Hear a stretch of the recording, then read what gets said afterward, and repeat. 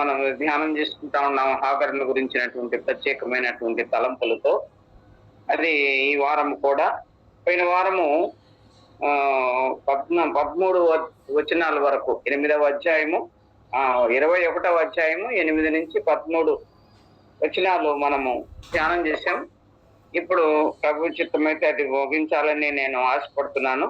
హాగరు యొక్క జీవితంలో జరిగిన సంభవాలు, ఆ ధ్యానాలు 14వ వచనం నుంచి 20వ వచనం వరకు మనము చదువుకుందాం. కాబట్టి తెల్లవారినప్పుడు అబ్రహాము లేచి ఆహారమును నీళ్ల తిత్తిని తీసుకొని ఆ పిల్లవానితో కూడా హాగరునకు అప్పగించి ఆమె భుజము మీద వాటిని పెట్టి ఆమెను పంపివేశాను. ఆమె వెళ్లి బెయేర్షెబా అరణ్యములో అటు ఇటు తిరుగుతున్నాను. ఒక్కొక్క వచనం చదువుకున్నాం ధ్యానం కొరకు. నా మీదట మనం ఎన్ని వచనాలు చెప్పుకోగలిగితే అన్ని వచనాలు చెప్పుకున్నాం. చిన్న ప్రార్థన చేస్తాను. కృపా సంపూర్ణుడా, పరిశుద్ధుడమైన మా దేవ, ఈ రాత్రి వేళ మీ సన్నిధికి వచ్చాం. ఆయన ప్రియ బిడ్డలు అనేక మంది రావాల్సిన వారు ఉన్నారు. సకాలానికి తీసుకున్నారండి. మీ వాక్యాన్ని ధ్యానం చేసుకుని వాక్యం చెప్పడానికి అశక్తురాలను నాలో ఏమి లేదు ప్రభా, నా నోటికి మీ మాటలను అందించండి. మీ యొక్క అమూల్యమైన సత్యవాక్కులను నా నోటికి అందించి వాటిని మీ సన్నిధిలో మేము వివరించి చెప్పుకోవడానికి ఆత్మ సహాయము అనుగ్రహించండి. బలహీనులైన మమ్మల్ని మీరు ప్రేమించి అయినా మీరు మాకు ఇచ్చిన ఆత్మ సత్యాలను బట్టి, ఆత్మీయమైనటువంటి జ్ఞానాన్ని బట్టి మీకు స్తోత్రాలునైనా. అనేకులతో కలిసి మేము కూడా ఈ వాక్యాన్ని ధ్యానం చేసుకున్నప్పుడు కొన్ని తలంపులు మా ఎదుట మీరు మాకు అనుగ్రహించారు ప్రభా. మీకు స్తోత్రాలు తెలుస్తున్నాం. మీ స్వరాన్ని వినిపింప చేయమని వేడుకుంటున్నాం ప్రభా. నేను మాట్లాడితే ప్రయోజనం లేదు. బలహీనురాలను దయతో మన్నించండి, క్షమించండి. కాని మాట నా నోటికి ఏది రానియకుండా మీ మాటలను మాత్రమే వాలుగా చేయమని ప్రార్థన చేస్తున్నాం ప్రభా. సహాయం చేయండి. చేరి వచ్చిన బిడ్డలను బట్టి మీకు స్తోత్రాలు. ఇంకను రావాల్సిన వారందరినీ కూడా మీ సన్నిధిలో సకాలానికి తీసుకుని రమ్మని ప్రార్థన చేస్తున్నాం. కృప చూపమని మా ప్రభువును, మా రక్షకుడును, మీ ప్రియ కుమారుడైన క్రీస్తు ప్రభు వారి అతి శ్రేష్టమైన నామమున ప్రార్థించి వేడుకుంటున్నాము తండ్రి. ఆమేన్. ఇక్కడ మనం చదువుకున్న వాక్య భాగమమ్మ పోయినసారి మనం ధ్యానం చేసినవే. అందులో నుంచి కొన్ని విషయాలు మనము ధ్యానించడము. ఇప్పుడు చదువుకున్న ఈ 14వ వచనంలో, ముందు 13వ వచనంలో, అయినను ఈ దాసి కుమారుడును నీ సంతానమే కనుక అతనిని కూడా ఒక జనముగా చేసేదనని అబ్రహాముతో చెప్పాను. ఆ పైన 12వ వచనం కూడా చదివితే, ఈ దేవుడు ఈ చిన్నవాణిని బట్టి, నీ దాసిని బట్టి నీవు దుఃఖపడవద్దు. శారా నీతో చెప్పు ప్రతి విషయంలో ఆమె మాట వినము. ఇస్సాకు వలన అయినదియే నీ సంతానము అనబడును అని అబ్రహాముతో దేవుడు చెప్తున్నాడు. ఏం చెప్పాడు? ముందు మనం చదువుకున్న ధ్యానంలో అబ్రహాముతో దేవుడు శారాయి మాట వినుము అని మొదట చెప్పాడు. కానీ చెప్పిన తర్వాత అది ఆయనకి ఎక్కువ ఆ మాట అబ్రహామునకు మిక్కిలి దుఃఖము కలుగజేశాను. చాలా మిక్కిలి దుఃఖము. ఇక్కడ పైన వచనంలో మిక్కిలి దుఃఖం అన్నాడు. ఆ తర్వాత ప్రతి హాగరును నీళ్ళ తిత్తిన ఆహారాన్ని సిద్ధం చేసుకొని తీసుకొని వచ్చినప్పుడు ఈ మాటల్లో మళ్ళా మనం ధ్యానానికి వచ్చినప్పుడు చెప్పుకుందాము. చాలా దుఃఖమైంది అబ్రహాముకి.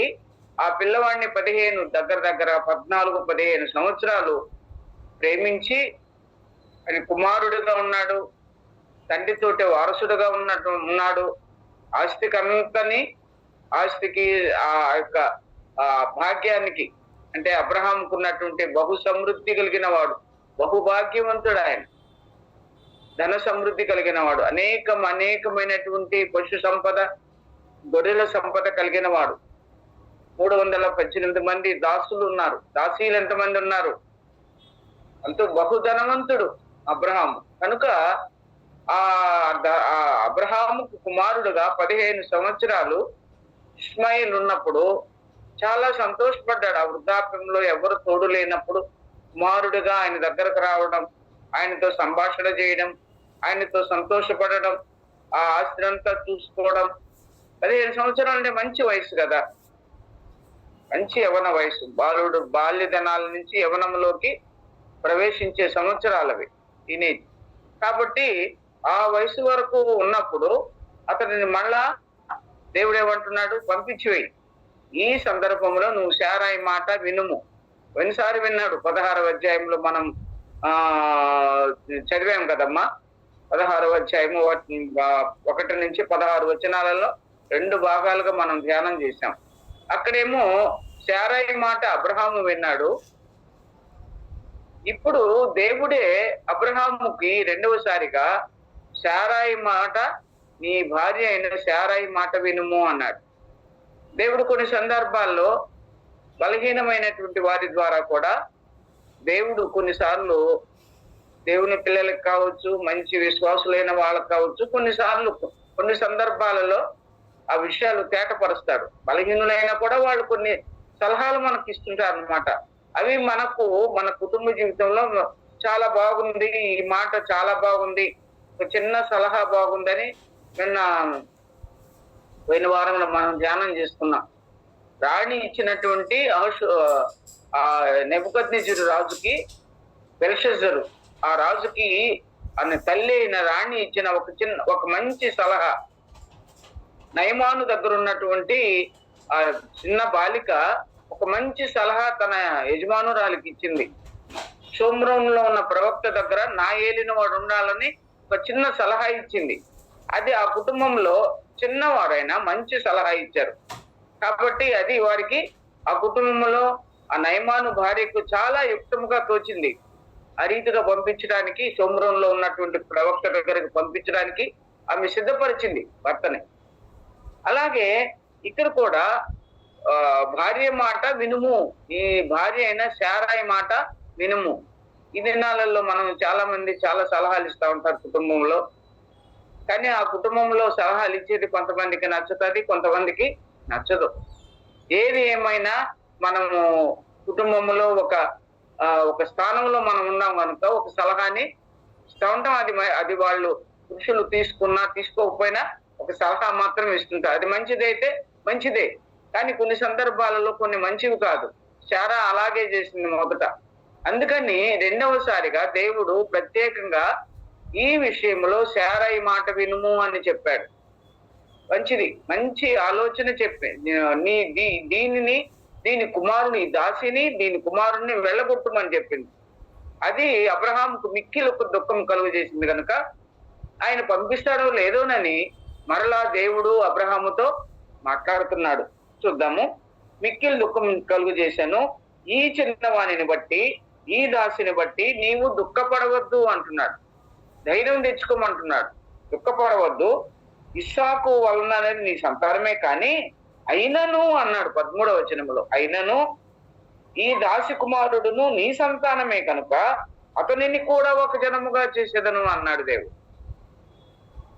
నీకు వారసుడుగా ఉన్నటువంటి ఇస్సాకే నీకు వారసుడు అయినా అన్నాడు. ఆ అయినను అనే మాట మనము మన జీవితంలో ఇశ్రాయేలీయులు దేవుని వారసులు, దేవుడు ఏర్పరచుకున్న వారు. యాకోబు సంతానం దేవుడు ఏర్పరచుకున్నాడు. వారి సంతానంలో వారి ఇశ్రాయేలీయులందరూ దేవుని బిడ్డలు, వాళ్ళు ఏర్పరచబడిన వారు, ఏర్పరచబడిన వంశంలో నుంచి వచ్చిన వారు, ఇశ్రాయేలీయులుగా పిలువబడుతున్న వారు. అయినను మనల్ని కూడా దేవుడు వారితో పాటు సమాన వారసులుగా చేయడానికి ఇష్టపడ్డాడు. అది అయినను అంటే. ఈ దాసి కుమారుడు, నీ కుమారుడు ఇస్సాకే వారసుడే, అయినా దీనిని కూడా ఒక గొప్ప జనాంగంగా చేస్తాను అని దేవుడు ఆ దినము అబ్రహాముతో మాట్లాడుతున్నాడు. అలాగైతే ఇప్పుడు మన జీవితాల్లో కూడా మనము దేవుని పిల్లలం కాదు, అన్నిలము అంటే యూదులు గ్రీసు దేశస్తులు ఆ దినాలలో ఎలాగున్నారో అలాగే మనము గ్రీసు దేశానికి అన్ని జనులంగా మనం చేయబడ్డాం. దేవునికి వారసులం కాదు. దేవుని దగ్గరకు వెళ్ళడానికి మనకు ఏ అర్హత లేదు, ఏ యోగ్యత లేదు. అయినను దేవుడు కృపా సంపన్నుడై ఉండి అన్నాడు కదా. అయినను దేవుడు కృపా సంపన్నుడై ఉండి మనలను ఆయన బిడ్డలుగా చేసుకోవడానికి ఇష్టము కలిగి ఉన్నాడు. అలాగే ఇక్కడ కూడా అయినను ఈ దాసి కుమారుడును నీ సంతానమే కనుక వానిని కూడా ఒక గొప్ప జనముగా, అతన్ని కూడా ఒక జనముగా చేసేదని అన్నాడు. ముందు 16వ అధ్యాయంలో ఈ హాగరుకు దేవుడు చెప్పినప్పుడు అతనిని కూడా గొప్ప జనముగా చేసేదని అన్నాడు. ఇక్కడ అబ్రహాముతో అతనిని కూడా నేను ఒక జనముగా చేసేదను అని అబ్రహాముతో చెప్పాను. అంతటితో దేవుని వాక్కులు, దేవుని మాట అబ్రహాము విన్నాడు. అది 14వ వచనంలో దేవుడు చెప్పిన మాట ఏది కూడా అబ్రహాము తోసివేయలేదు. అన్ని మాటలు వింటాడు. దేవుడు ఏది చెప్తే ఆయన నోటి నుండి వచ్చిన ప్రతి మాట మీద ఆయన గురి పెట్టుకొని ఆ రీతిగా చేయడానికి అబ్రహాము సిద్ధం చేసుకున్నాడు. తన యొక్క జీవితాన్ని త్యాగం చేసుకున్నాడు. అందుకనే అబ్రహాముకు నేను ఈ సంగతిని దాచెదనా, లోతు విషయంలో సొదొమ గొమొర్రా పట్టణాల గురించి అబ్రహాముకు నేను ఈ విషయాన్ని దాచెదనా అన్నాడు. అంటే అబ్రహాముకి దేవునికి అంత వ్యక్తిగతమైనటువంటి సాంగత్యము, అంతటి వారిద్దరి యొక్క సంభాషణ, లేకపోతే దేవుడు ఆయనతో మాట్లాడే విధానము, ఆయనతో కలిసి సహవాసం చేసే విధానము, అవన్నిటిని బట్టి ఈ సంగతి నేను నా స్నేహితుడైన, లేకుంటే నా దాసుడైన, నా సేవకుడైన అబ్రహాముకు దాచెదనా అన్నాడు. అలాగ దాచేవాడు కాదు. అందుకని ఇక్కడ ఇదే మాటని మనం ఈ విషయాలన్నీ కూడా నువ్వు అతనిని కూడా ఒక జనముగా చేసేదను అని ఆయన ఇచ్చినటువంటి ఒక వాగ్దానం అన్నమాట. లేకుంటే దాన్ని మనం అభయం అంటాం.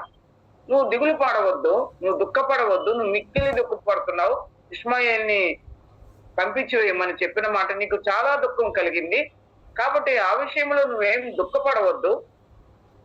నేను అతడు దాసకుమారుడైనా వారసుడు కాకపోయినా అతనిని కూడా ఒక గొప్ప జనాంగంగా నేను చేస్తాను, కాబట్టి లేచి నువ్వు నీ భార్య చెప్పిన మాట వినుము అన్నాడు. అప్పుడు 14వ వచనం మనం చదువుకుందామా. కాబట్టి తెల్లవారినప్పుడు అబ్రహాము లేచి ఆహారమును, నీళ్ల తిత్తుని తీసుకొని ఆ పిల్లవానితో కూడా హాగరునకు అప్పగించి ఆమె భుజము మీద వాటిని పెట్టి ఆమెను పంపివేశాను. ఆమె వెళ్లి బెయేర్షెబారణ్యములో అటు ఇటు తిరుగుచుండెను. ఈ వచనములో 14వ వచనములో కాబట్టి అంటే ఏమనమ్మా, పైన మనమే చదువుకున్న ఒక చిన్న మాట అయినను అని చదువుకున్నాం. అయినను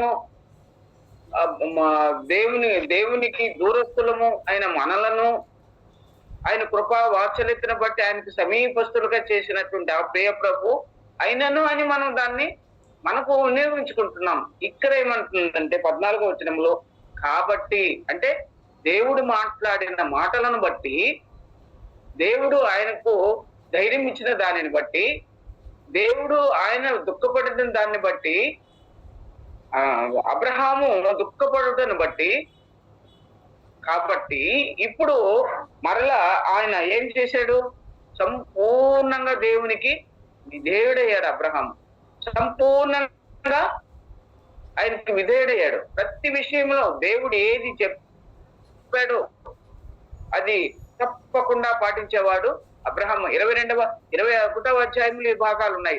22వ అధ్యాయంలో అటు తరువాత కొద్ది రోజులైన పిమ్మట అని మనం ప్రారంభిస్తాం. అబ్రహాముకు ఒక్కడైన నీ కుమారుని అని కదా. అటు తరువాత ఇవన్నీ జరిగిన తరువాత ఏ మాట దేవుడు చెప్పాడో ఆ మాటని తప్పకుండా తూచా తప్పకుండా పాటించేవాడు అబ్రహాము. కాబట్టి తెల్లవారినప్పుడు లేచాడు. ఆయన తెల్లవారినప్పుడు లేచాడు. అబ్రహాముతో అబ్రహామా, నీవు ప్రేమించుతున్న నీకు ఒక్కగానొక్క కుమారుడైన ఇస్సాకుని తీసుకొని నేను చెప్పే కొండ మీదకి వెళ్ళి ఆయన్ని నాకు బలిగా అర్పించమన్నప్పుడు తెల్లవారగానే లేచి అని అక్కడ కూడా వ్రాయబడి ఉంది. తెల్లవారు లేచారు. ఆయన ఉదయకాలమున రాత్రి వేళ దేవుడు మాట్లాడిన మాటలను ఉదయకాలమున సంసిద్ధుడై సిద్ధపడి ఏ మాట చెప్పాడో ఆ మాటని నెరవేర్చడానికి, ఆ మాటను పాటించడానికి సిద్ధపడిన అబ్రహాంగా ఉన్నాడు. మనకు అనేక సార్లు అనేక సందర్భాలలో తెల్లవారినప్పుడు ప్రభు ఏమేమి చేశాడు, మీరు పెందల కడనే లేచి ఆదివారం సిద్ధపరిచే దినాన్న స్త్రీలందరూ కలిసి తెల్లవారినప్పుడే మన సువార్తల ఆఖరి భాగాల్లో ఉన్నాయి. ఆ సమాధి దగ్గరికి వెళ్ళారు, సిద్ధపరచుకున్నారు అన్ని. ఆ రాత్రికే ముందుగానే సిద్ధపరచుకున్నారు, సమాధి దగ్గరికి వెళ్ళారు కదా. ఆ భాగాలు చూస్తాం. తెల్లవారినప్పుడే, ఈ తెల్లవారినప్పుడేనే మాటని పదే పదే బైబిల్ గ్రంథంలో ఎందుకుందంటే, మనం ఉదయకాలమున లేచేది మనకు అలవాటు కావాలి. కొంతమంది భక్తులు 4:30కి లేస్తారు, 4కి లేస్తారు, 5కు లేస్తారు. పిల్లల్ని సిద్ధపరచడానికి ముందు వాక్యానికి అవసరమని 4:30కి లేచేవాళ్ళు మనలో చాలా మంది ఉన్నారు. ఎందుకంటే పిల్లల్ని స్కూల్కి సిద్ధపరిచి పంపడానికి అదే మంచి సమయం మనకు ప్రార్థనకు కూడా. అది 4వ జాము కదా. మన ఆదివారం మనం జాముల గురించి ధ్యానం చేశాం కదమ్మా. అది 4వ జాము. మనం అందరూ లేచి పనులు చేసుకునే జాము అది. కాబట్టి తెల్లవారినప్పుడు ఆయన ఏం చేశాడంట, తెల్లవారినప్పుడు అబ్రహాము లేచి ఆహారమును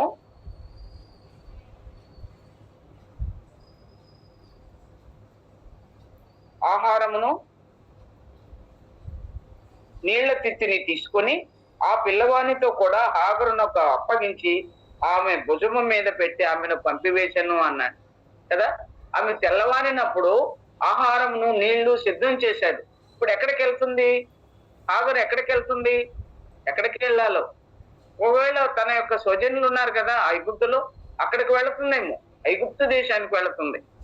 ఐగుప్తు దేశానికి, కనాను దేశానికి చాలా దూరం ఉంది.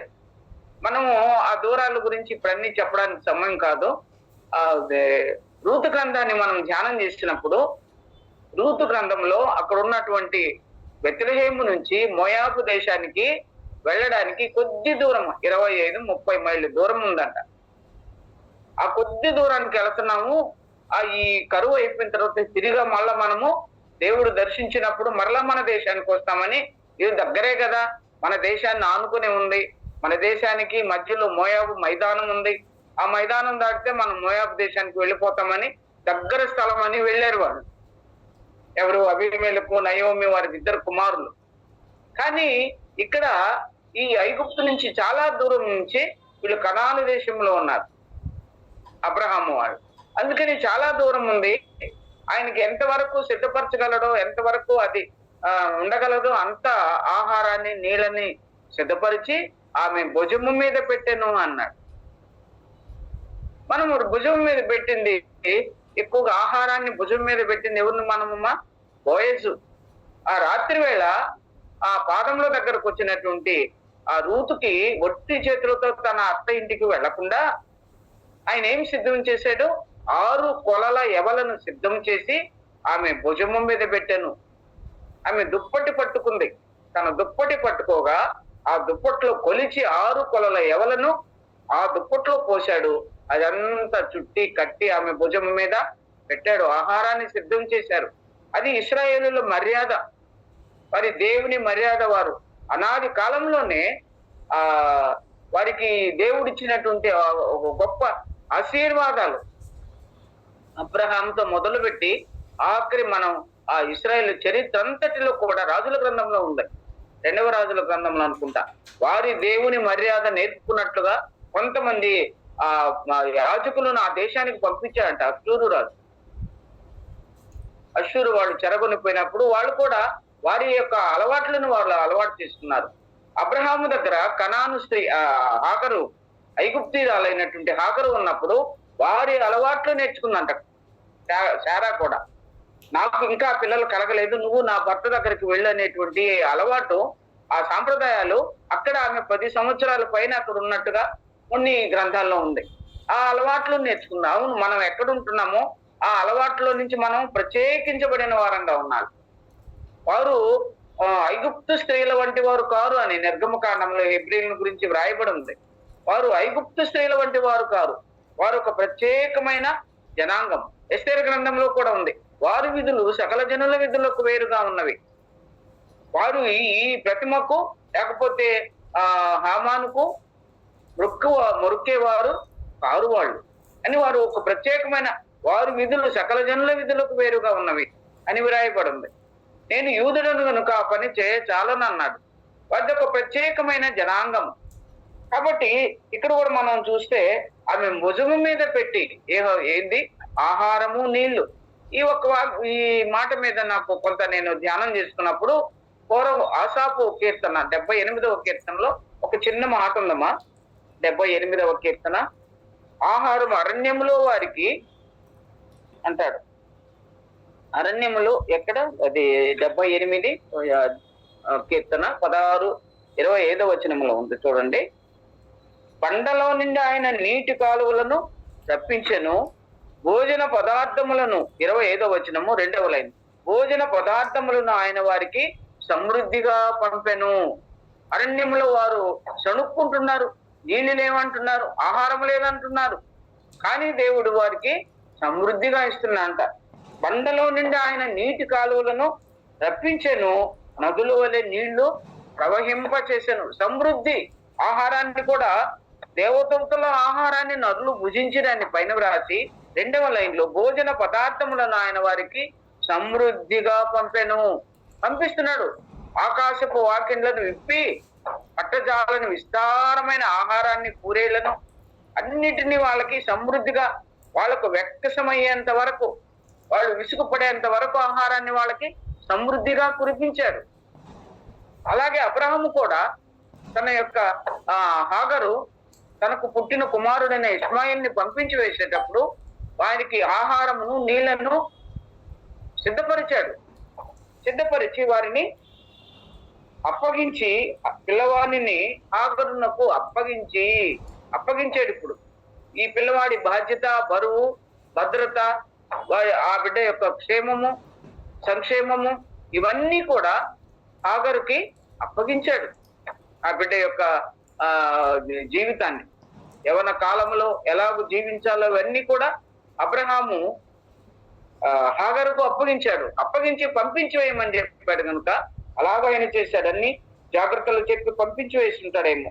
ఆమె వెళ్ళి అరణ్యములో అటు ఇటు తిరుగుచుండెను. దేవుడు తన పిల్లల్ని అరణ్యంలో ఉన్నా పోషించేవాడు దేవుడే. ఏ స్థలంలో ఉన్నా పోషించేవాడు ఆయనే, దుఃఖంలో ఉన్న ఓదార్చేవాడు ఆయనే. కనుక ఈ హాగరు కుమారునికి అరణ్యంలో పంపించి వేశాడు. అక్కడ ఏం చేస్తున్నారు వీరు? బయర్షెబ ఆమె వెళ్ళి బయర్షెబ అరణ్యంలో అటు ఇటు తిరుగుతున్నాను. మునుపు వచ్చిన దారినే ఇది కూడా కదమ్మా. అదే దారి హాగరుకు వెళ్ళవలసినటువంటి స్థలం ఏది? ఐగుప్తుకు వెళ్ళాలి కనుక అదే దారి ఉంది. పోయినసారి ఆ బయర్షెబ నీటి బావికి బెయర్ లహోరి అని ఒక పేరు పెట్టింది. అది సాక్ష్యపు బావి అన్నారు. అదే బయర్షెబ అనే పేరు వచ్చింది దానికి. ఆ అడవుల్లోకి అక్కడికే వచ్చిందాన్ని. అప్పుడు అక్కడ ఏమైందమ్మా? 15వ వచనంలో ఆ తిత్తిలోని నీళ్లు అయిపోయిన తరువాత ఆమె ఒక పొద క్రింద చిన్నవాణిని పడవేసి అన్నారు. ఈ పిల్లవాని చావు నేను చూడలేనని అనుకుని ఇంటి వేత దూరము వెళ్ళి అతనికి ఎదురుగా కూర్చున్నాను. ఆమె ఎదురుగా కూర్చుండి ఎలుగెత్తి ఏడ్చెను. ఇక్కడ ఒక సంఘటన జరిగింది. అక్కడ ఆహారము, నీళ్లు అయిపోయిన తర్వాత ఆమె ఒక పొద క్రింద చిన్నవాణిని పడవేసి, పొద క్రింద అనే మాటకి మనం ఏమి గుర్తుకొస్తుందమ్మా? ఒక దగ్గర ఒక స్థలంలో మోషే కూర్చొని ఉంటే ఒక పొద దగ్గర దేవుడు ప్రత్యక్షమయ్యాడు. దేవుని యొక్క ప్రత్యక్షతలో కొన్ని స్థలాలు ఉంటాయి. ఇది సాక్షార్థమైన బావి బయర్షెబ. అక్కడనే మొట్టమొదట హాగరు నిలబడింది. నేను చూచిన వాణిని నేను ఇక్కడ చూచి తిన్నని ఆ ఊటకు, ఆ నీటి ఊటకు బయర్ లహాయి రోయి అని పేరు పెట్టింది. అంటే సాక్ష్యపు బావి అని కింద తర్వాత అధ్యాయంలో మనం చూస్తాం. బయర్షెబ అది ఒక అడవిగా దానికి ఆ పేరు కూడా అలాగే వచ్చింది. ఏల్ రోయి అని కూడా ఒక్కొక్క గ్రంథంలో రాయబడింది. ఏల్ రోయి అంటే దేవుడు వినును, దేవుడు చూచెను అనే అర్థం వస్తుంది. కాబట్టి ఆ అరణ్యంలో అటు ఇటు తిరుగుతున్నప్పుడు నీళ్లు అయిపోయినాయి, ఆహారమై కూడా అయిపోయిందేమో. నీళ్లు మరి చాలా దాహంగా ఉంది. ఆ ఎండవేళ వెళ్తున్నారు కదా, ఉదయాన్నే లేచారు, తెల్లవారినప్పుడు లేచారు, మంచి జాములో కొంత దూరం వచ్చాక ఆహారాన్ని తీసుకున్నారు. ఆ నీళ్లు దాహమైనవేమో, అరణ్య మార్గంలో వాళ్ళు ప్రయాణం చేస్తున్నారు. ఆ నీళ్లు అయిపోయినాయి. నీళ్ళు అయిపోయినప్పుడు మనం నీళ్ళను గురించి దేవుని వాక్యం మనకేమి చూపిస్తుందమ్మా? నీళ్ల దగ్గర ఉన్నటువంటి స్త్రీలను మొదట ఎప్పుడో నేను మన జ్ఞానాల్లోనే ఉంది. సిప్పోరా నీటి దగ్గరే ఉంది, బావి దగ్గర ఉంది. రాహేలు నీళ్ళ బావి దగ్గర ఉంది. రిబ్కా నీళ్ళ బావి దగ్గరే ఉంది. దేవుడు ఆమెను కనుక్కున్నారు. ఇలాగూ సమరయ స్త్రీ కూడా నీటి బావి దగ్గరనే ప్రభువును కనుగొన్నది, మెస్సియాను చూచింది. కాబట్టి ఈ అంశాలన్నీ మనం దగ్గరకు మనకు ధ్యానానికి వచ్చినప్పుడు ఆ పొద కింద చిన్నవాణిని పడవేసి ఈ పిల్లవాని చావు నేను చూడలేను అనుకుని వింటి వేత దూరము వెళ్ళి, వింటి వేత అంటే మనము ఒక చిన్న రాయిని తీసుకున్నాం అనుకోండి. నేను ఒక చోట అది చదివాను, అది కరెక్ట్ కాదు నాకు తెలియదు, కానీ ఒక చిన్న ఉదాహరణ అనుకున్నాను. నేను ఒక రాయిని తీసుకొని మనం గట్టిగా కొట్టామనుకోండి, గట్టిగా కొట్టాము, అది ఎంత దూరం వెళ్తుందో అంత దూరాన్ని వింటి వేత దూరము అని అన్నారంట పెద్దలు. కాబట్టి అది కరెక్టో కాదో నాకు తెలియదు, కానీ ఒక చోట నేను ఆ మాటని చదివాను. ఆ రాయిని తీసుకుని దూరంగా అంటే దూరంలో ఉన్నదంటే ఆ పిల్లవాడు చావు నేను చూడలేననుకుని అంటే ఆ పిల్లవాడు ఏడుపుని నేను వినలేననుకుని అంత దూరం పోయి ఒక చెట్టు కింద కూర్చుండి, ఆమె ఎదురుగా కూర్చుండి ఎలుగెత్తి ఏడ్చెను. ఈ 2 వచనాలలో ఆమె యొక్క మనోదుఖము, పిల్లవాని కొరకు ఎలుగెత్తి ఏడ్చిన ఆ దుఃఖము అన్నమాట. పిల్లవాని చావు నేను చూడలేననుకుని అంటే దాహము దాహము దాహం అన్నప్పుడు అరణ్యంలో ఉంది. ఎక్కడ నీళ్లున్నాయో అర్థం కాలేదు ఆమెకి. అరణ్యంలో పిల్లవాడు ఏడుస్తున్నాడు, ఆమె కూడా ఏడుస్తుంది, ఇద్దరు ఏడుస్తున్నారు. ఎలుగెత్తి ఏడ్చెను అంటే దాని అర్థం బహుశా మనోదుఖము అని కూడా మనం అనొచ్చు. సమూయేలు గ్రంథం 1వ అధ్యాయంలో హన్నా ఏడ్చింది కదమ్మా పిల్లల కొరకు. పిల్లలు పుట్టలేదని తన యొక్క వైద్యకు పెనినాను మాటి మాటికి విసిగిస్తున్నందువల్ల ఆమె ఎలుగెత్తి ఏడ్చెను అందాం. మనోదుఖము కలిగిన దాననై భర్త అంటాడు కదమ్మా 1వ అధ్యాయము 22వ వచనాలు. ఇవన్నీ మనకు తెలుసు, తీయాల్సిన అవసరం లేదు. నీకెందుకు ఇంత మనోవిచారం కలుగుతుంది అన్నాడు. ఎందుకింత మనోవిచారము? నేను నీకు విశేషమైన వాడను కానా? నీకు 2 రూపాయలు ఇస్తూ వస్తున్నాను కదా, 10 మంది కుమారుల కంటే నీకు నేను విశేషమైన వాడను కానా అని అంటున్నాడు. ఎల్కానా కదమ్మా. కాబట్టి ఎల్కానా కాదు, ఎల్కానానే, క్షమించండి, ఎల్కానానే. కాబట్టి నేను నీకు 10 మంది కుమారుల కంటే విశేషమైన వాడను కానా అని అప్పుడు అంటున్నాడు. ఎందుకు నీకు ఇంత మనోవిచారం కలిగింది? నేనున్నాను కదా, నీకు రెట్టింపు నేను ఆహార పదార్థాలు కానీ, మర్యాద కానీ, గౌరవం కానీ, ఘనత కానీ ఎల్కానా అంటున్నాను, ఆమె సవతి అయినటువంటి పెనిన్నా కంటే నీకు నేను ఎక్కువ ఇస్తున్నాను కదా, నీకెందుకు మనోవిచారం? ఒక్కసారి 3 మాటలు అందులో ఉన్నాయమ్మా, ఒకసారి తీసుకుందామా? సమూయేలు 1వ గ్రంథం ఒక మాట చూసుకుందాము. 8వ వచనము ఆఖరి లైన్ లో ఉండదు ఆ మాట. నీకు మనోవిచారం, నీవెందుకు ఏడ్చుచున్నావు? ఎల్కానా అన్నా, నీవెందుకు ఏడ్చుచున్నావు? నీవు భోజనము మానుట ఎలా? నీకు మనోవిచారం ఎందుకు కలిగినది? ప్రశ్న మీద ప్రశ్నలు వేస్తున్నాడు. ఆ దుఃఖము, ఆ బాధ, తల్లిగా నేను నా పెనిన్నాకి పిల్లలు పుట్టారు, నాకు పిల్లలు లేదని ఆ దుఃఖం ఆమె హృదయంలో ఉంది. కానీ ఈయన ఇవన్నీ లోక సంబంధమైన మాటలతోటే ఆమెతో మాట్లాడి కొంత ఓదార్చాలనుకుంటున్నాడు. ఏమంటున్నాడు? మొదటి ప్రశ్న, అన్నా నీవెందుకు ఏడ్చుచున్నావు? నీవు భోజనము మానుట ఎలా? నీకు మనోవిచారం ఎందుకు కలిగినది? 10 మంది కుమారుల కంటే నేను నీకు విశేషమైన వాడను కానా అని 4 ప్రశ్నలు వేశాడు. ఈ ప్రశ్నల మీద కొంత ధ్యానం కూడా చేసినాను, మీకు గుర్తుందో లేదా మరి, నేను నోట్స్ లో రాసుకున్నాను కాబట్టి జ్ఞాపకానికి వస్తున్నాయి. ఈ 4 ప్రశ్నలతో ఆమెను ఓదార్చాలనుకున్నాడు. కానీ ఓదార్చలేకపోయాడు. ఆమె హృదయంలో ఉన్నటువంటి మనో దుఃఖము, మనో విచారము. ఇంకొక మాట కూడా చూద్దాం చూడమా. బహుగా ఏడ్చుచు దుఃఖాక్రాంతురాలై వచ్చి అన్నాడు. ఎవరి దగ్గరకు వచ్చింది? ఏలీ దగ్గరకి, మందసం దగ్గరకి. అక్కడ కూర్చొని ఉన్నాడు. అక్కడికి వచ్చి బహు దుఃఖాక్రాంతురాయి, అక్కడ మనోవిచారం అన్నాడు ఆమె భర్త. ఇక్కడ ఆమె ఆ యాజకుని దగ్గరకు వచ్చి కూర్చున్నప్పుడు బహు దుఃఖాక్రాంతురాలై వచ్చింది. ఇంకొక మాట కూడా పైన చూడమ్మా, 15వ వచనము. అన్నా, అది కాదు నా ఏలినవాడా, నేను మనోదుఃఖము కలదాననై ఉన్నాను. నువ్వు ద్రాక్షారసం చేత మత్తురాలవై ఉన్నావా? నీ స్వరం వినబట్టం లేదు నాకు. నువ్వు ఏమి దేవునికి మొరపెట్టుకుంటున్నావో కానీ నీ స్వరం వినబట్టం లేదన్నప్పుడు, అది కాదు నా ఏలినవాడా, నేను మనోదుఃఖము కలదాననై ఉన్నాను. మనోవిచారం కలిగి ఉంది, బహు దుఃఖాక్రాంతురాలై ఉంది, ఏడ్చుచూ వస్తుంది, మనోదుఃఖము కలిగి ఉంది.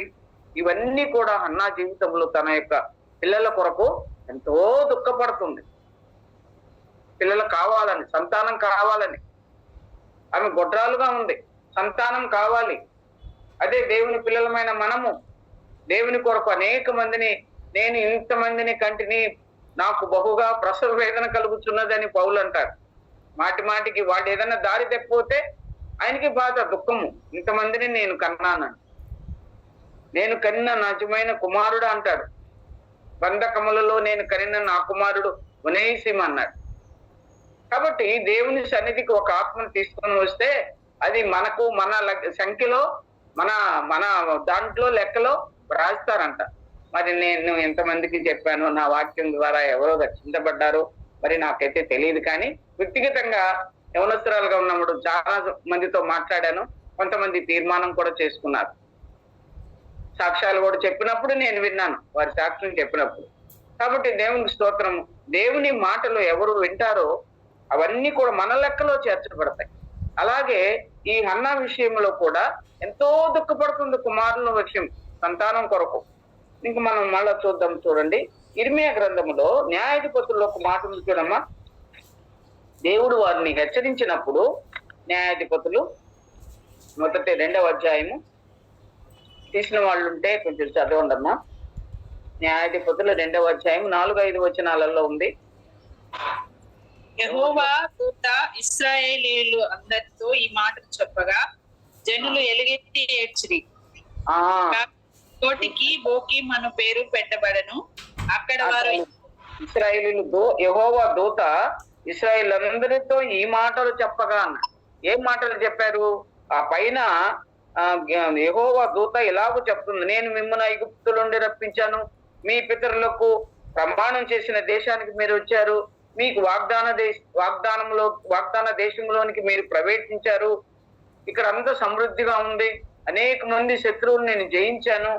అయితే మీరు ఈ దేశ నివాసులతో నిబంధన చేసుకొనకూడదని ఆయన చెప్తే మీరు నా మాటను వినలేదు అన్నాడు. యెహోవా దూత చెప్పిన మాటలు, యెహోవా చెప్పిన మాటలు వినలేదని యెహోవా దూత ఇశ్రాయేలీయులతో చెప్తుంది. ఈ మాటలు విన్నప్పుడు వారందరూ ఏం చేశారంట? ఎలుగెత్తి ఏడ్చారంట. అయ్యో, మేము ఎందుకు వినలేదు? ఎందుకంటే ఇక్కడ మరలా ఇశ్రాయేలీయులు పాపం చేశారు, దేవుడు వాళ్ళని అన్ని రాజుల చేతికి అప్పగిస్తున్నాడు. యెహోషువ గ్రంథంలో ప్రత్యేకమైన జీవితాన్ని జీవించడానికి వారు సిద్ధపడి అలాగూ ఆ వాగ్దాన దేశంలోనికి వచ్చిన తర్వాత మరలా దారి తప్పిపోయిన వారుగా ఉన్నారు. నా ఆజ్ఞలను మీరి అన్నాడు.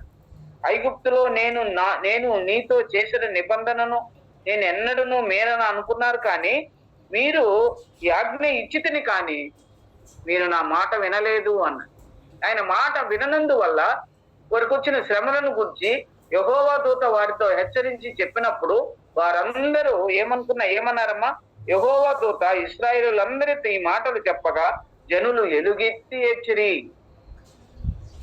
మనం చదువుకున్న వాక్య భాగంలో ఆమె అటు ఇటు కూర్చుండి ఎలుగెత్తి ఏడ్చిందంట. కుమారుని యొక్క పరిస్థితిని చూసి, అయ్యో ఎంత సమృద్ధి గలదానంగా ఉన్నాను నేను, అబ్రహాము గుడారములో శారా దగ్గర ఇంత ఆస్తికి నా కుమారుడు ఉన్నాడు కదా, మొట్టమొదటి వాడు, ప్రథముడు అని ఎన్ని ఆశలు పెట్టుకొని ఉండింది ఆ కుమారుణ్ణి.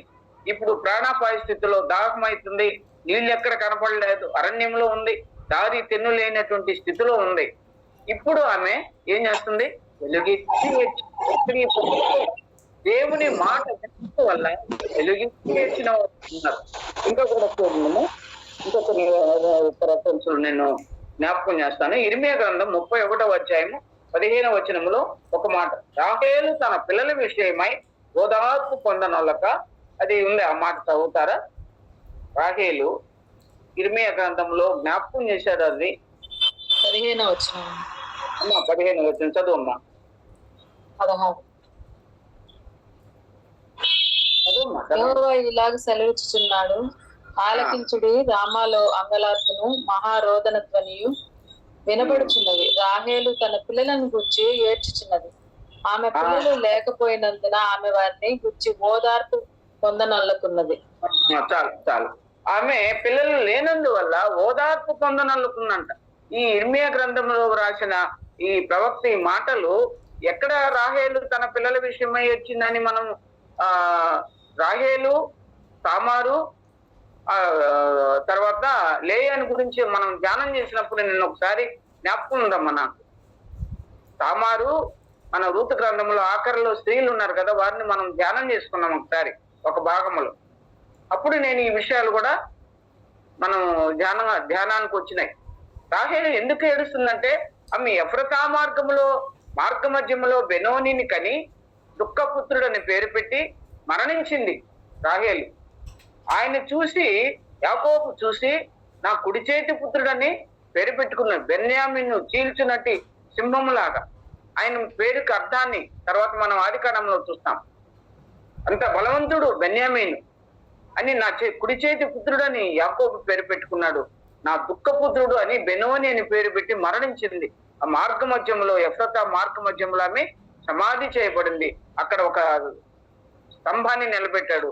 అది రాహేలు సమాధి స్తంభం అని రాయబడింది ఆదికాండంలో 35వ అధ్యాయంలో ఉన్న భాగం. కాబట్టి ఆ మాటలు అలాగూ రాహేలు ఎందుకు తన పిల్లల విషయమై వచ్చింది? ఆమెకి ఇద్దరే కుమారులు, యోసేపు, బెన్యామీన్, ఇద్దరే ఉన్నారు. అప్పుడు ఏడ్చినట్టుగా లేదు. దానికి ఒక చిన్న ఉదాహరణ ఎగ్జాంపుల్ చెప్తున్నాను నేను. ఆ దారిన అష్షూరు రాజు ఇశ్రాయేలుని చెరగొని తీసుకుపోయేటప్పుడు వారు పిల్లలు, తల్లులు, ఆ సైన్యము అంతా ఏడ్చుకుంటూ వెళ్ళారంట. ఏడ్చుకుంటూ ఆ సమాధి మీద వెళ్ళారంట. ఆ రాత్రి మార్గ మధ్యంలో ఎఫ్రతా మార్గంలో వెళ్ళేటప్పుడు రాహేలు సమాధి దగ్గర ఆ రాహేలు ఏడ్చినట్టుగా ఒక ఉపమాన భావము, ఉపమాన అలంకారాలు దేవుడు చెప్పినాడు కదా, అట్లా ఉపమానం అన్నమాట. ఆ స్తంభం దగ్గర రాహేలు దుఃఖపడినట్టుగా, అదే ఇర్మియాలో ఇప్పుడు మనం చదువుకున్న భాగం. చాలా దుఃఖపడుతుందంట. తిరిగి నా పిల్లలు నా దగ్గరకు వస్తే బాగుండు, తిరిగి రాలేదు, వారు నా మాట వినలేదు. న్యాయాధిపతులు కూడా మనం చదివింది అదే, వారు తిరిగి నా మాట వినలేదు, ఇశ్రాయేలీయులు నా మాట వినలేదు. అందుకని ఆ పిల్లల విషయమై రాహేలు ఏడ్చుచుందంట. అదే మాట మన లూకాసు వార్తలోనూ మరి మత్తయి సువార్తలో కూడా వ్రాయబడి ఉంది. అది హేరోదు కాలంలో యేసు ప్రభువును బట్టి అక్కడ 2 సంవత్సరాల పిల్లలందరినీ సంహరించినప్పుడు కూడా అక్కడ మహారోదన ధ్వని వినబడిందని వ్రాయబడి ఉంది. కాబట్టి ఈ విషయాలన్నీ మనం ధ్యానం చేసుకున్నప్పుడు తన పిల్లల విషయం, తన బిడ్డ విషయమై హాగరు తన బిడ్డ విషయమై ఎలుగెత్తి, ఈ పిల్లవాని చావు నేను చూడలేననుకొని ఎలుగెత్తి ఏడ్చెను అని రాయబడింది.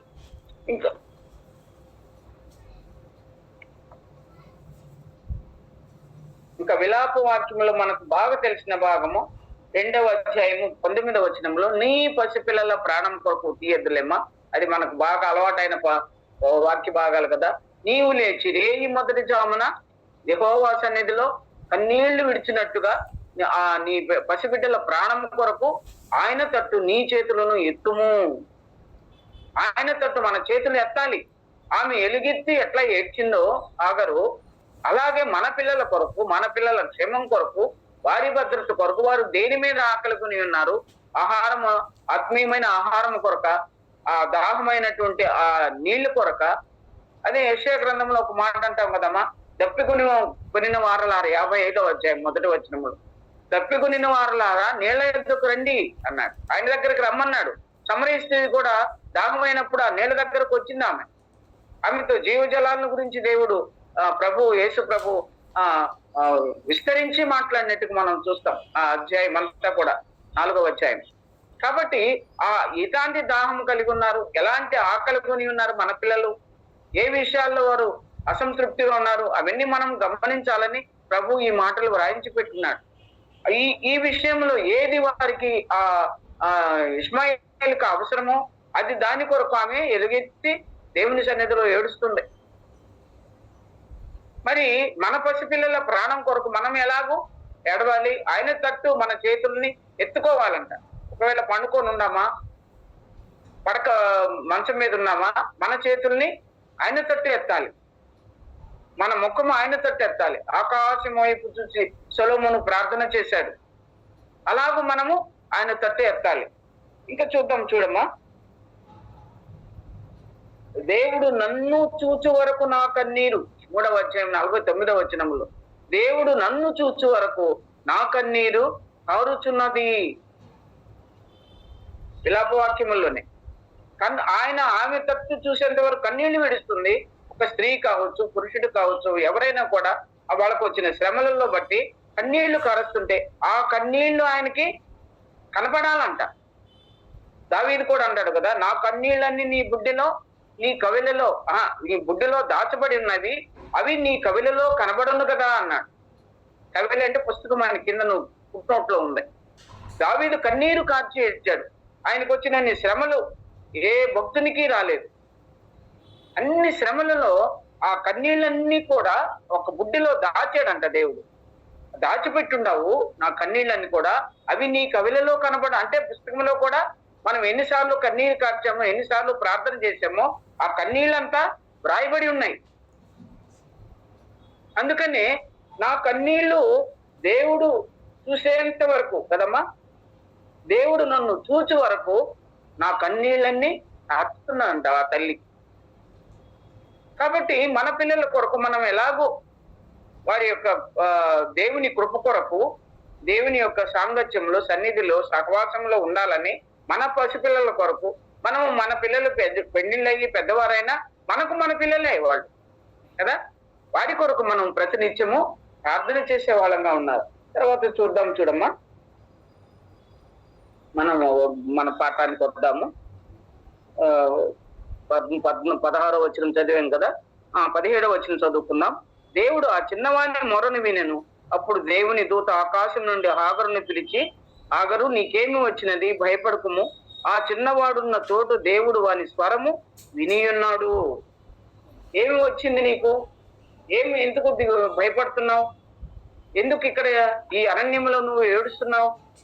దేవుడు నీతో మాట్లాడాడు కదా, దేవుడు నిన్ను చూచాడు కదా, ఈ పిల్లవాడిని గురించి వాగ్దానం చేశాడు కదా, 3-4 వాగ్దానాలు చదివాం మనం.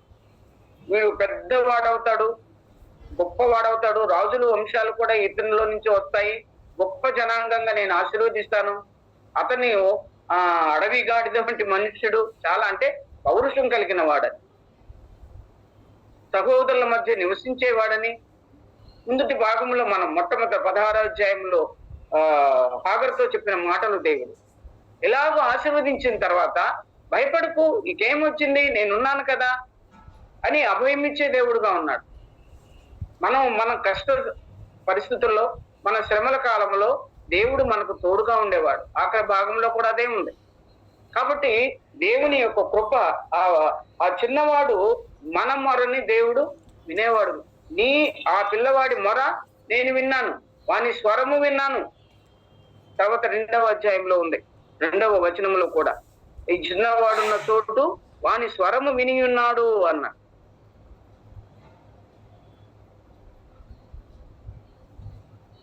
12:17 మొదట్లో దేవుడు ఆ చిన్నవాని మొరను వినేను, ఆ చిన్నవాని స్వరమును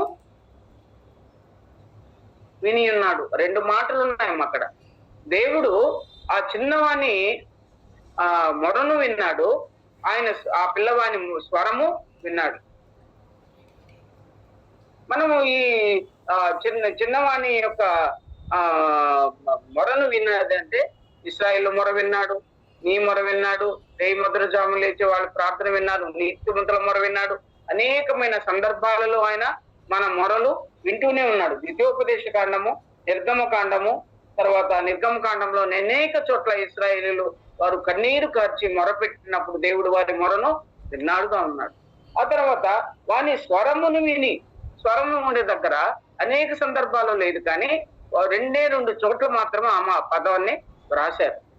దేవుడు విన్న స్వరం, దేవుని స్వరాన్ని, ఆ బిడ్డల స్వరాన్ని, ఆ పసిబిడ్డ స్వరాన్ని దేవుడు విన్నాడు. దేవుని స్వరాన్ని మనం వింటున్నాం.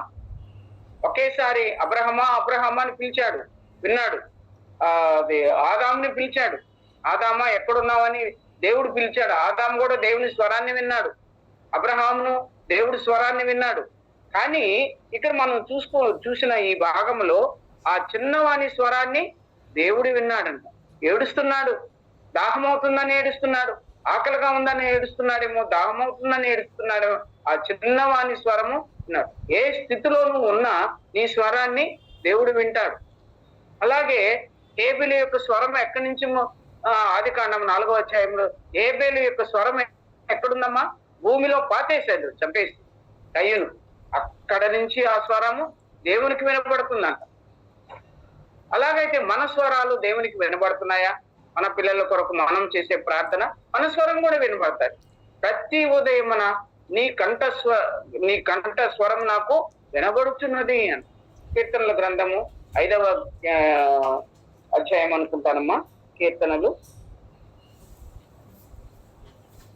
5వ అధ్యాయం, కీర్తనలు 5వ కీర్తన 3వ వచనంలో ఉంది. తీశారమ్మా, తీస్తే చదవండి. యెహోవా ఉదయమున నా కంఠస్వరము నీకు వినబడును. చాలా అమ్మా. యెహోవా ఉదయమున నా కంఠ స్వరము నీకు వినబడును. అది పాట కావచ్చు, ప్రార్థన కావచ్చు, మన స్వరము దేవునికి వినబడుతుందంట. ఇక్కడ హాగరు స్వరము వింటున్నాడు, ఆ చిన్న పిల్లవాని యొక్క స్వరము విన్నాడు, మొరను విన్నాడు. అలాగైతే మన మొర కూడా దేవుడు వినాలి. ఎప్పుడు వినాలి? ఉదయమున. కీర్తనకారుడు రాస్తున్నాడు, ఉదయమున నా కంఠస్వరము నీకు వినబడును.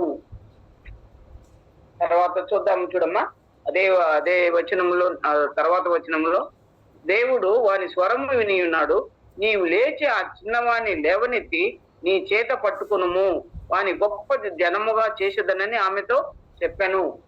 ఈ మాటని మనము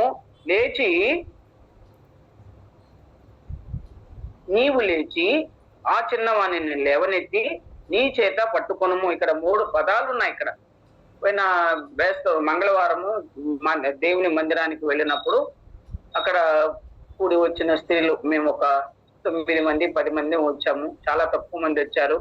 ఆ విషయం మరలా బాబు మనతో అందరితో స్త్రీలతో మాట్లాడడానికి సిద్ధపడతా ఉన్నారు. ఎవరెవరు రాగలరు, ఎవరెవరు రాలేరు అని ఒక లిస్టు తయారు చేస్తా ఉన్నారు. ఆ సందర్భంలో పోయినప్పుడు ఒక చిన్న ఒక అధ్యాయంలోనే 3 పదాలను గురించి, ఒక 3 పదాలను గురించి ధ్యానం చేసుకున్నాం మేము. అలాగూ ఇక్కడ 3 విషయాలు చెప్పాడు హాగరుకు. ఏమేమిటమ్మా? నీవు లేయాలి, ఆ చిన్నవాణిని లేవనెత్తాలి, నీ చేత పట్టుకోవాలి. మనము కృంగిన వారిని లేవదీయడానికి మనం ఏం చేయాలి? మనం కూర్చొని మనం లేస్తారా? వాళ్ళు లేస్తారా? లేరు. మనము లేచి నిలబడాలి. నరపుత్రుడా, నీవు లేచి నిలబడు, నేను నీతో మాట్లాడవలసి ఉన్నదని హెజ్కేలు గ్రంథము 1వ అధ్యాయం 2వ అధ్యాయము 3వ అధ్యాయంలో రాయబడి ఉంది. నరపుత్రుని ఏమంటున్నాడు ఆయన? నువ్వు లేచి నిలబడుకో, నేను నీతో మాట్లాడతాను. లేచి నిలబడుకున్నప్పుడు వాళ్ళు ఆ చెప్పేవాని యొక్క స్వరాన్ని చక్కగా వింటారు. ఎక్కడో కూర్చో ఉన్నాడు అనుకోండి, మనం ఇక్కడ నువ్వు లేచిరా అంటే ఏం లేచి వస్తారా? వినబడదు, నాకు వినబడలేదు అంటారు. ఒకవేళ వినబడ్డా కూడా వినబడలేదు అంటారు. కానీ ఆ మాటకి చెప్పినప్పుడు లేచి నిలబడి మన దగ్గరకు వచ్చినప్పుడు మన స్వరాన్ని వింటారు. అదే ఇక్కడ జరిగింది. నువ్వు లేచి నీ ఆ చిన్నవాణిని లేవనెత్తుము, నీ కుడి చేత వాణిని పట్టుకొనుము అన్నాడు. లేచి హాగరుతో దేవుడు మాట్లాడిన ఈ మాటలు చాలా ప్రాముఖ్యమైనవి. మనతో కూడా దేవుడు మాట్లాడుతున్నాడు. నువ్వు ఏమన్నా నిద్రపోతున్నావా? లేకుంటే మౌనంగా ఉన్నావా? పిల్లలు ఎట్టబోతున్నారో అర్థం చేసుకుంటున్నావా? వారి ప్రవర్తన ఎలాగుంది? వారి చదువులు ఎలాగున్నాయి? వారి యొక్క జీవిత విధానం ఎలాగుంది? క్రైస్తవ్యముగా లేకుంటే మన దేవుని మందిరములో వారి ప్రవర్తన ఎలాగుంది, జాగ్రత్తగా ఉంటున్నారా లేదా, ఇవన్నీ మనము మన పిల్లల విషయంలో ఒక హెచ్చరిక దేవుడు ఇస్తున్నాడు. నీవు లేచి ఆ చిన్నవాణిని లేవనెత్తుము. ఆ మాటలకు నేను కొంచెం యెషయా గ్రంథంలో 41వ అధ్యాయంలో ఒక మాట ఉంది చూడమ్మా. నీ చేతితో నన్ను పట్టుకుని, మనం పాట కూడా వాడుతుంటాం కదా, నీ చేతితో నన్ను పట్టుకో అనే మాటలు పాడతాం కదా. 41వ అధ్యాయం 13వ వచనంలో తీసిన వాళ్ళు చదవండి, మనకు సమయం కూడా అయిపోతుంది. నీ దేవుడైన యెహోవానకు నేను భయపడకము, నేను నీకు సహాయము చేసేదనని చెప్పుచు నీ కుడి చేతిని పట్టుకొనుచున్నాను. అది చాలమ్మా. నీవు సహాయం చేస్తాను, భయపడకము. అక్కడ కింద వచనంలో కూడా పైన మనం చదువుకున్నాం కదమ్మా, హాగరు నీకేమి వచ్చినది భయపడకుము అన్నాడు కదా. అలాగే దేవుడు ఇప్పుడు ఒక చిన్న మాట అంటున్నాడు, భయపడకుము, నేను నీకు. మళ్ళీ ఒకసారి చదువున్నాను, అది యెషయా గ్రంథం మరొకసారి చదువు. నీ చేతితో నీ దేవుడైన యెహోవాకు నేను భయపడకుము, నేను నీకు సహాయం చేస్తానని చెప్పుచు నీ కుడి చేతిని పట్టుకొనుచున్నాను. నీ కుడి చేతిని నేను పట్టుకొనుచున్నాను. ఆయన మన చేతిని పట్టుకునేవాడు. ఆయన చేతి స్పర్శలో నెమ్మది ఉంది, క్షేమం ఉంది, ఆరోగ్యం ఉంది, భద్రత ఉంది. ఆయన మన చేతిని పట్టుకుంటాడు. అలాగూ ఆమెను గురించి కూడా హాగరుకి దేవుడు అదే చెప్తున్నాడు, నీవు లేచి ఆ పిల్లవాణిని లేవనెత్తుము, అతనిని. మళ్ళీ చదువుమా 3 మాటలు. పట్టుకొనుము, నీ చేత పట్టుకొనుము. ధైర్యం ఇస్తున్నాడు, నువ్వు లేచి నిలబడుకో, నేను చెప్పే మాటలు ఆలకించు, ఆ పిల్లవాణిని లేవనెత్తు. ఎక్కడున్నాడు ఆ పిల్లవాడు? ఎక్కడో పండుకొని దాహము ఆకలి దాహము అని ఏడుస్తున్నాడు. ఆ స్వరం వింటున్నాడు దేవుడు, ఆ పిల్లవాని ప్రార్థన వింటున్నాడు.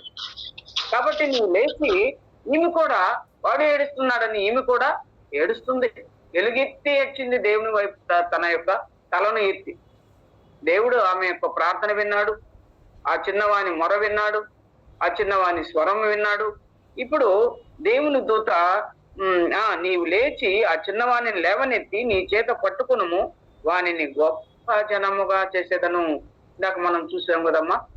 నువ్వేమి దిగులు పడద్దు అబ్రహాము, అతన్ని కూడా ఒక జనాంగంగా చేస్తానన్నాడు. కానీ హాగరుకి ఏం చెప్తున్నాడు దేవుడు? గొప్ప జనం. 16వ అధ్యాయంలో కూడా అదే మాట, గొప్ప జనముగా చేసేదని అన్నాడు. ఇక్కడ కూడా ఆమెతో మంచి వాగ్దానాన్ని ఇస్తున్నాడు, ఒక వాగ్దానం ఇస్తున్నాడు, ఈ గొప్ప జనముగా చేసేదను, నువ్వు ధైర్యంగా ఉండు, ఆ చేతిని పట్టుకో, గొప్పగా చేసేదను అన్నాడు. అప్పుడు 19వ వచనం చదువమ్మా, మనం సాగిపోదాం. మరియు దేవుడు ఆమె కన్నులు తెరచినందున ఆమె నీళ్ల ఊటను చూచి వెళ్లి ఆ తిత్తిని నీళ్లతో నింపి చిన్నవానికి త్రాగనిచ్చాను. ఆమె కన్నులు తెరచినందున నీళ్ల ఊటను చూచి, కన్నులు తెరిచింది దేవుడు, ఆమె కన్నులు తెరిచాడు అని. కొన్ని సందర్భాలలో మన మనోనేత్రాలు, కొన్నిసార్లు ఆత్మీయమైన నేత్రాలు మూసుకుపోయినప్పుడు దేవుడు మనోనేత్రాలు ఇచ్చి ఆ కంటితో, ఆత్మీయమైన నేత్రాలతో మనము అనేకమైన విషయాల గురించి కూడా చూస్తూ ఉంటాం. అది శరీర సంబంధమైనటువంటి చూపు కాదు, అది ఆత్మీయమైనటువంటి విషయాలలో. ఇక్కడ ఏమన్నా అంటే ఆమె కన్నులు తెరచినందున, అంటే అంతకుముందు కన్నులు తెరచి అంటే అప్పుడు చూడలేదు, ఆ నీళ్ల ఊటని ఆమె చూడలేదు. దేవుడు చెప్పినప్పుడు ఆ నీళ్ల ఊటను చూసింది, కన్నులు తెరచినందున. ఈ సందర్భంలో సంఖ్యాకాండం 21వ అధ్యాయం కొన్ని మాటలు ఉన్నాయి. బిలాము కన్నులు తెరచినందున. ఎన్నిసార్లు చెప్తున్నా కూడా, ఎన్నిసార్లు ఆయన యొక్క ఆయుధము లేకపోతే ఆ గాడిదకు మాటి మాటికి ఎదురు తిరుగుతుంది. దారిని వెళ్ళేటప్పుడు సరైన దారిని వెళ్లకుండా, మార్గంలో వెళ్లకుండా అది దారి తప్పి ఎటుబడితే అటు తిరుగుతుంది. అప్పుడు దేవుడు ఆ గాడిదకు నోరిచ్చినట్టుగా మనం అక్కడ చూస్తాం. అప్పుడు బిలాము కన్నులు తెరచాడంట దేవుడు. నువ్వెందుకు నేను చెప్పిన దారికి ఎంతకాలము ఆ యొక్క గాడిదకు నోరు ఇచ్చి ఆ గాడిద చేత స్వరాన్ని నిపింపజేశాడు దేవుడు. అట్లాంటి పరిస్థితుల్లో మనము చాలా జాగ్రత్తగా ఉండాలి. దేవుడు ఒకసారి చెప్పినప్పుడు ఆమె కన్నులు తెరిచి నీ చేతితో బిలాము కన్నులు తెచ్చారు. ప్రకటన గ్రంథంలో 1వ అధ్యాయం 7వ వచనంలో ఉంది, తీన అవసరం లేదమ్మా. ప్రతి నేత్రము ఆయనను చూచును, ప్రతి నేత్రము, ప్రతి నాలుక ఆయనను స్తుతించును, ప్రతి మోకాలు వంగును, ప్రతి నేత్రము ఆయనను చూచును. కాబట్టి దేవుని యొక్క ఆ స్వరాన్ని ప్రతి ఒక్కరూ వినాలి. ఆయన కన్నును ఆయనను చూడాలి. ఆయన తెరచినాడు కన్నులు, మనకు భద్రత వచ్చింది, ఆహారం దొరికింది, నీళ్లు దొరికినాయి. ఇంకా కూడా చూడమ్మా, ఆయన హాగరుకు ఇచ్చిన నీళ్లు సమరయ స్త్రీ కూడా అదే నీళ్లు ఇచ్చారు. నేను చాలా దాహంగా ఉన్నానయ్యా, ఈ బావి దగ్గరకు రాకుండా నీవిచ్చే జీవజలాలు నాకు ఇస్తే నేను ఈ బావి దగ్గరికి రాను కదా, ఈ మధ్యాహ్నం వేళ రాను కదా అన్నాడు. అప్పుడు ఆమె యొక్క నిజ స్వరూపాన్ని, నిజ స్థితిని దేవుడు చూపెట్టి ఆమెకు మెస్సేయగా ఎరిగింది. నాతో చెప్పినవన్నీ, నేను చేసినవన్నీ నాతో చెప్పిన ఆ మనుషుని మీరు చూడడానికి రండని ఆ ఊర్లోనికి వెళ్ళి అందరిని తీసుకొని వచ్చి ఒక పెద్ద స్వార్థ ప్రకటన అయింది అక్కడ కదా. నేను చేసినవన్నీ నాతో చెప్పిన ఆ మనుషుని మీరు కూడా చూద్దురు రండి, అక్కడ ఆ బావి దగ్గర, యాకోబు బావి దగ్గర కూర్చొని ఉన్నాడు అని. కాబట్టి ఆయన ఇచ్చే నీళ్లు ఎప్పుడు కూడా దప్పికొన్నాడు. ఆయన జీవజలములు ఇస్తున్నాడు ఆయన. అలాగే హాగరు విషయంలో కూడా అలాగే ఇచ్చినప్పుడు ప్రియ ప్రభు నమ్మిన మనకు ఆయన జీవజలాన్ని కూడా తప్పకుండా ఇస్తారు. ఇంకో కూడా చూడమ్మా, ఆ చిన్నవానికి తర్వాత చదవండి. ఈ ప్రకారము అదే కదా ఆది కాండం, మరలా ఆది కాండం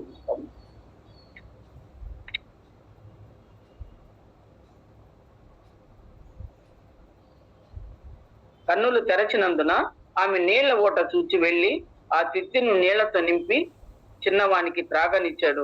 దేవుడు ఆ చిన్నవానికి తోడై ఉండెను. దేవునికి స్తోత్రాలమ్మ. దేవుడు ఆ చిన్నవానికి తోడుగా ఉన్నాడు. అదే చెప్పాడు దేవుడు. ఆయన ఆ ఇష్మాయేల్ అనే పేరుకి అర్థము దేవుడు మొరను వినేను, దేవుడు వినేను, దేవుడు ఆ యొక్క మొరను వినేను అని అర్థం వస్తుంది ఇష్మాయేల్ అనే పేరుకి. అలాగే దేవుడు ఆయన మొరను విన్నాడు, ఇష్మాయేలు మొరను విన్నాడు, ఆ బిడ్డ యొక్క స్వరాన్ని విన్నాడు, ఆ యవ్వనస్తుని స్వరాన్ని విన్నాడు. అందుకని ఆ హాగరుతో అలాగే చెప్తున్నాడు, ఆ పిల్లవాడి స్వరాన్ని నేను విన్నాను, ఆ మొరను విన్నాను, కాబట్టి నువ్వు లేచి ఆ బిడ్డను నీ చేతితో పట్టుకుని లేవనెత్తుము అన్నాడు. ఇప్పుడు నేను కోనేటి దగ్గర పడి ఉన్నాను, నన్ను లేపేవాళ్ళు లేరు, ఆ కోనేటిలోనికి దించు వాళ్ళు లేరు అని ప్రభు దగ్గర ఒక పక్షవాయువు కలిగిన వాడు చెప్పుకుంటున్నాడు. ఓచకాలు, కుంటి కాళ్ళు కలిగిన వాడు చెప్తున్నాడు, 37 సంవత్సరాల నుంచి నేను ఇక్కడే ఉన్నాను, నన్ను ఎవ్వరూ లేవనెత్తలేదు, ఆ నీళ్ళలోకి నన్ను దింపలేదు, నాకు స్వస్థత కలగలేదు అన్నాడు. అప్పుడు ప్రభు ఆయనకి స్వస్థతనిచ్చాడు. అలాగే ఎవరైనా సహాయం చేయాలి. ఆ పిల్లవాడు అక్కడ పడిపోయినాడు, ఆ పిల్లవాడిని నువ్వు లేచి నీ చేయి పట్టుకొని అతనిని లేవనెత్తము. ఆయన మన చేతిని పట్టుకునేవాడు, మనల్ని లేవనెత్తేవాడు, కృంగిన వారిని లేవనెత్తేవాడు, అలిసిన వారిని సేదతీర్చేవాడు. కీర్తన 145వ కీర్తనలో ఉంది 14వ వచనంలో, కృంగిన వారిని లేవనెత్తువాడు, దీనులను లేవనెత్తువాడు. అన్ని కృప కలిగిన దేవుడు దీనులను, దరిద్రులను, దిక్కులేని వారిని, బలహీనులను ఆయన బలవంతులుగా చేసి ఆయన లేవనెత్తినవాడు, సింహాసనం మీద కూర్చున్నబెట్టిన వాడు. ఆ హన్నా స్తుతి, మరియా స్తుతి, ఎలిజబెత్ స్తుతులు కూడా 3 ఒకటిగానే ఉంటాయి కదమ్మా. ఇంకా ఆఖరిగా ఒక 2 మాటలు చెప్పేసుకుని మనం ముగించుకున్నాం, సమయం అయింది. మత్తయి సువార్త 1వ అధ్యాయము. ఎవరికి అబ్రహాము మొదలుకొని ఇర్మియా గ్రంథంలో ఉన్నటువంటి ఆ మాటల వరకు యెహోవా తోడై ఉన్నాడు, యెహోవా నీకు తోడుగా ఉన్నాడు, అవి నేను కొన్ని వచనాలు కూడా చదువుకున్నాను, రాసి పెట్టాను. మత్తయి సువార్త 28వ అధ్యాయము 20వ వచనంలో ఒక మాట రాశాడు చూడమ్మా, చదవండి. అది మత్తయి సువార్త 28వ. నేను మీకు ఏ సంగతులను ఆజ్ఞాపించుతునో వాటినన్నిటినీ గైకొనవలనని వారికి బోధించుడి. ఇదిగో యుగ సమాప్తి వరకు సదాకాలము మీతో కూడా ఉన్నానని వారితో చెప్పాను. చెప్పాడు ఆ మాటనే, ఇదిగో నేను మీకు ఆజ్ఞాపించినవన్నిటినీ నేను మీకు బోధించాను, మీరు కూడా ఇతరులకు బోధించండి. ఇదిగో యుగ సమాప్తి వరకు సదాకాలం మీతో కూడా ఉండును. ఎప్పటి వరకు అంటమ్మా? సదాకాలం. మనం బ్రతికినంత కాలము దేవుడు మనకు తోడుగా ఉన్నాడు. ఆ శిష్యులకి తోడుగా ఉన్నాడు, మనకు తోడుగా ఉన్నాడు.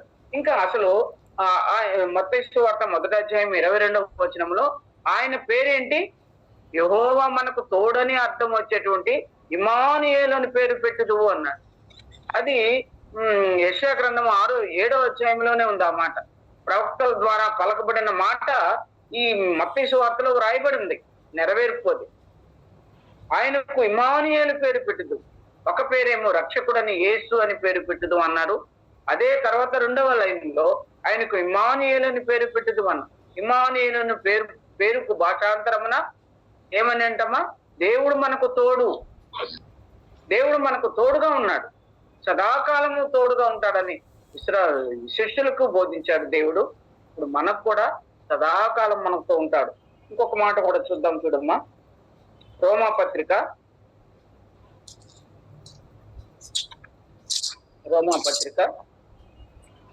16వ అధ్యాయం 24వ వచనంలో ఉంది. కొరింథీ పత్రికలో ఉంది. తర్వాత చాలా పత్రికల్లో రాయబడి ఉంది అన్నమాట.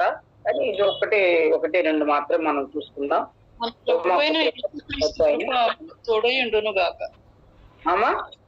మన ప్రభు అయిన యేసు క్రీస్తు కృప మీకు తోడైండును గాక. మన ప్రభు అయిన యేసు క్రీస్తు కృప మనకు తోడే. ఎన్నో విషయాలు ఇక్కడే వారసులు అని,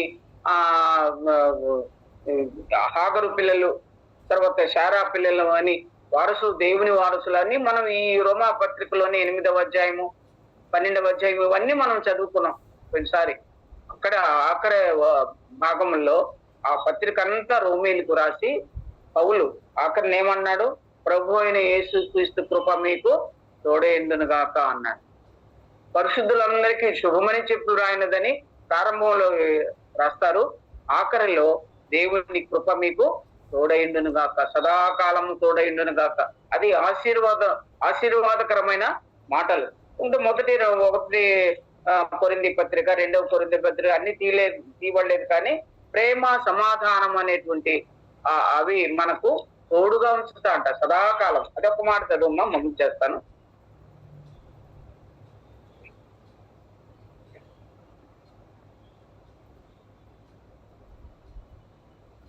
పదకొండవ వచనం చూడమ్మా. 2వ కొరింథీ పత్రిక 13వ అధ్యాయము 11వ వచనం. కృతజ్ఞ సహోదరులారా, సంతోషించుడి, సంపూర్ణులైండుడి, ఆదరణ కలిగి ఉండుడి, ఏక మనస్సు కలవారయుండుడి, సమాధానముగా ఉండుడి. ప్రేమ సమాధానములకు కర్తయకు దేవుడు మీకు తోడయుండును గాక అన్నాడు. యేసు క్రీస్తు కృప, దేవుని ప్రేమ, పరిశుద్ధాత్మ సహవాసము మీకందరికీ తోడైండును గాక. ఇవన్నీ మనం ప్రార్థనలో ఆఖరిలో ఆశీర్వాదము ఇచ్చేటువంటి మాటలు ఇవి. దేవుడు ఏక మనస్సు కలిగి ఉండమన్నాడు, సంతోషంతో ఉండమన్నాడు, సంపూర్ణులై ఉండమన్నాడు, ఆదరణ కలిగి ఉండమన్నాడు, సమాధానంగా ఉండమన్నాడు.